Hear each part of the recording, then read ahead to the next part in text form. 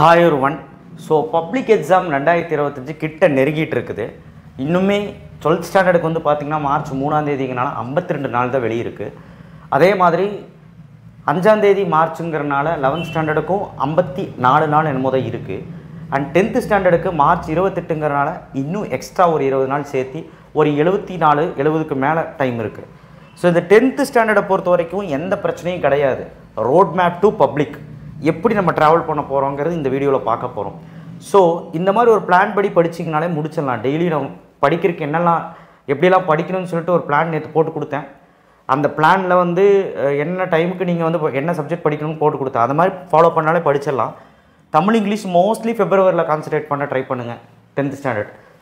So 10th ஸ்டாண்டர்டை பொறுத்த வரைக்கும் மேக்ஸாக இருந்தால் first chapter 8th chapter matrix second chapter முடிச்சிருங்க.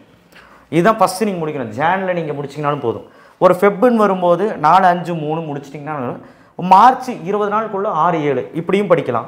இல்லை ஃபெப்லே வந்து இந்த 5 சாப்டர் முடிச்சிங்கனாலும் ஓகே.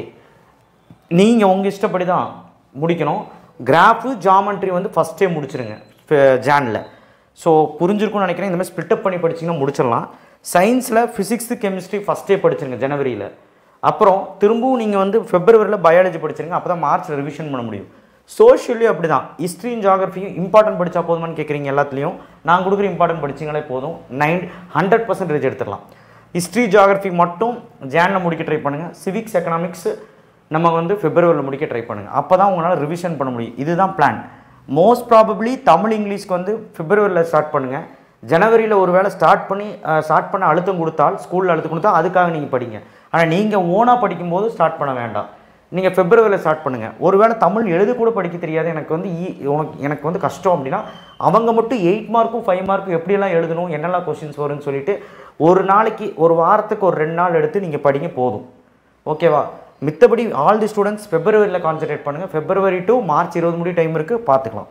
ஸோ இந்த மாதிரி தான் ஸ்ப்ளிட்டப் பண்ணி படிக்கணும். இது பேர் தான் ஸ்ப்ளிட் மெத்தடுன்னு சொல்லுவாங்க. Road map to public exam 2025. So இதுதான். அப்போ நான் கொடுக்குற கொஸ்டின் இந்த 5 மார்க்கு 8 மார்க்கு இல்லை சயின்ஸில் வந்து 7 மார்க்கு 4 மார்க் படித்தா போதுமா அப்படின்னு கேட்டிங்கன்னா போதும். மோஸ்ட் ப்ராபப்ளி அது போதும். மேக்ஸுக்கு மட்டும்தான் போட்டிருக்கேன், வேறு சப்ஜெக்ட் போடுவேன். இப்போ 11th 12th வருவோம். தமிழ் இங்கிலீஷ் வந்து 11th 12th வேறு ஃபெப்ரவரியில் போகிற மாதிரி ஆப்ஷன் கிடையாது. இந்த மாதமே நீங்கள் வந்து சாட்டர்டே சண்டே தமிழ் இங்கிலீஷில் ஏதாவது ஒரு ஆதிக்கம் செலுத்துங்க. கொஞ்சம் ஒரு 4 இயல் 5 இயல் ஏதாவது முடிச்சு வைக்க ட்ரை பண்ணுங்கள். இங்கிலீஷில் ஒரு 3 பேராகிராஃப் பிடிச்சிக்க ட்ரை பண்ணுங்கள். 20 1 மார்க்கில் ஏதாவது ப்ராக்டிஸ் பண்ண ட்ரை பண்ணுங்கள். ஏதாவது டைம் இருந்தால் பாருங்கள். கொஞ்சம் ஒரு 5லேருந்து 6 நாளாவது இந்த மாதம் பாருங்கள். அண்ட் ஃபெப் கடைசியில் வேணால் தமிழ் இங்கிலீஷ் பாருங்கள். ஃபெப் கடைசியில் ஒரு 22 மேலே ஒரு இங்கிலீஷும் தமிழும் பார்த்துக்கலாம். மற்றபடி நீங்கள் மேக்ஸ் ஃபிசிக்ஸ் கெமிஸ்ட்ரி டெய்லியும் பார்க்குறது தான். மேக்ஸ் வந்து எனி 6 சாப்டர் ஜனவரியில் முடிங்க. இது ஆல்ரெடி கொடுத்துருந்தேன், பட் டிஃப்ரெண்ட்டாக இங்கே நான் சொல்லியிருக்கேன் பாருங்கள். எனி 6 சாப்டர் ஃபெப்ரவரியில் முடிங்க. இல்லைனா 12th பொறுத்த வரைக்கும் இல்லைனா 1, 2, 3, 4, 8, 12, 11 இந்த லெசன்ஸில் ஃபுல்லாக 5 மார்க்கு 2 மார்க் 3 மார்க்கு படிச்சிங்கன்னா மோஸ்ட் ப்ராபப்ளி உன்னால் 80% கூட எடுக்க முடியும். ஆனால் ரிமைனிங் சாப்டர்ஸும் நீங்கள் கோ த்ரூ பண்ணிங்கன்னா ஃபுல் அண்ட் ஃபுல் சென்டம் தான். ரிமைனிங் சாப்டர்ஸ் முடியலன்னா என்ன பண்ணணுன்னா நான் ஆல்ரெடி சொல்லிட்டேன். எக்ஸைஸ் 3.4 3.5 சாப்டர் 2ல் வந்து எல்லா 5 மார்க்கும் 4.5 5.5 6.7 6.1 6.3 7.1 7.2 7.8 8.7 9.8 10.8 11.2 to 11.5 12.1 12.2 இதில் மட்டும் நீங்கள் 5 மார்க்ஸ் பார்த்தீங்கனாலே போதுமானது. அதிகமாக இதில் தான் கேட்பாங்க. ஸோ ஃபுல்லாக முடிச்சுட்டு இதையாவது 5 மார்க்ஸ் பாருங்கள். நான் ஆல்ரெடி நிறைய கொஸ்டின் சொல்லியிருக்கேன், இம்பார்ட்டன்ட் போட்டிருக்கேன். 2 மார்க் நீ போடல. 11th வந்து பார்த்தீங்கன்னா 1 4 5 7 8 10 12ல் தாராளமாக நீங்கள் இந்த ஜனவரியிலேயே 2 மார்க் 3 மார்க் 5 மார்க் முடிச்சிடலாம். முடிச்சுட்டு ரிமைனிங் சாப்டர்ஸ் ஃபுல்லாக பார்த்துருங்க. இல்லைனா முக்கியமான எக்ஸசைஸ் மட்டும் சொல்கிறேன். எக்ஸசைஸ் 1.1 1.3 2.8 2.9 அடுத்தது 2.12 நேப்பியர் ஃபார்முலா படிச்சுக்கோங்க. அதுக்கப்புறம் 3.7 4.4 அடுத்தது 5.2 5.4 6.4 7th chapter full 8th chapter full 10th chapter 10.4, அடுத்தது 11th சாப்டர் 11.11, 11.12, 12th சாப்டரில் 12.4. இதெல்லாம் இம்பார்ட்டன்ட் ஏரியா. நான் இப்போ தான் கொஞ்ச நாளுக்கு முன்னாடி உங்களுக்கு கொடுத்தேன்.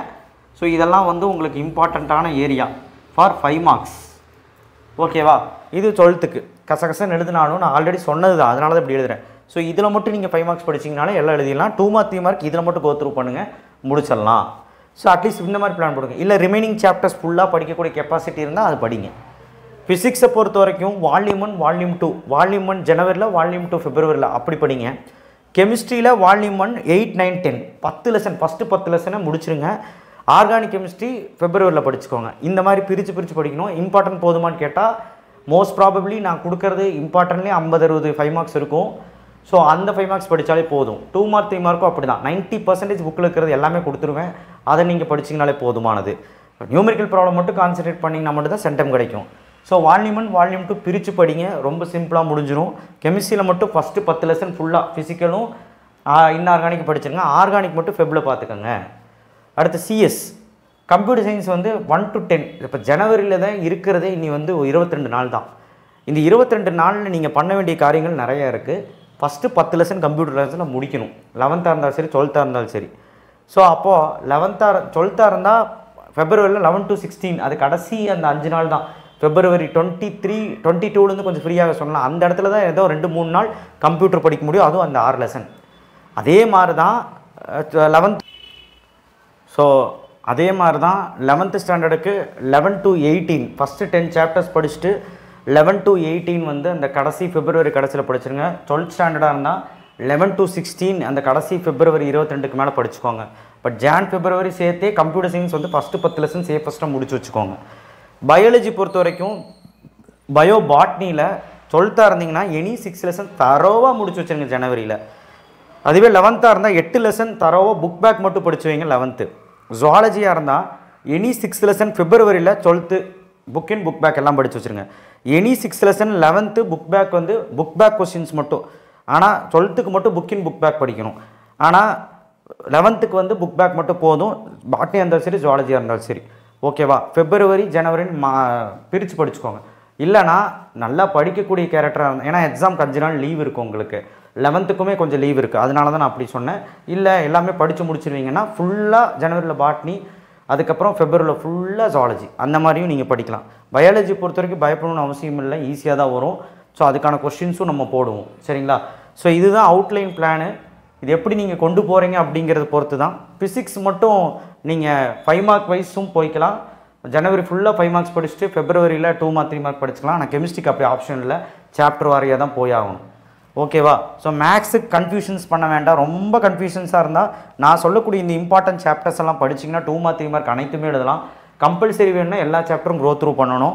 5 மார்க்ஸ் வேணும்னா இதெல்லாம் படிச்சிங்கன்னா போதும், 11க்கும் 12க்கும். ஓகே, எனிவே கொஞ்சம் கான்சன்ட்ரேட் பண்ணி எல்லாம் படிங்க. 10க்கு டைம் இருக்குது, 11th 12க்கு டைம் இல்லை. ஒரு நாள் கூட வேஸ்ட் பண்ணாதீங்க. என்னால் ரொம்ப உடம்பு சரியில்லை, ரொம்ப நாள் பேச முடியல. அண்டு அதனால தான் வீடியோஸும் கம்மியாக போட்டுட்ருக்கேன். கண்டிப்பாக நாளிலேருந்து ட்ரை பண்ணி போகிற புஷ் பண்ணி சப்ஸ்கிரைப் பண்ணாமல் பண்ணுங்கள், ஃபாலோ பண்ணாமல் பண்ணுங்கள். வாட்ஸ்அப் சேனலில் ஜாயின் பண்ணுங்கள், இன்ஸ்டாகிராம் ஐடியில் ஃபாலோ பண்ணுங்கள், லைக் பண்ணுங்கள் இந்த வீடியோவுக்கு எனக்காக ப்ளீஸ். தேங்க்யூ. அப்புறம் இப்படியெல்லாம் படிச்சிங்கன்னா கண்டிப்பாக நான் சொல்கிறேன், பிரித்து படிச்சிங்கன்னா போர்ஷன்ஸ் முடிஞ்சிடும். 10th இருந்தீங்கன்னா 450 அசால்ட் எடுத்துடலாம். 11th 12th இருந்தால் 550க்கு மேலே அசால்ட்டாக எடுக்க முடியும். நினச்சா முடியும், நினைங்க, அவ்வளோதான். நம்மளால் முடியுங்கிற நினைங்க. எமோஷ்னலாக நம்ம ஃபேமிலிக்காக நம்ம படிக்கிறோன்னு நினச்சி படிங்க, முடியும். தேங்க்யூ.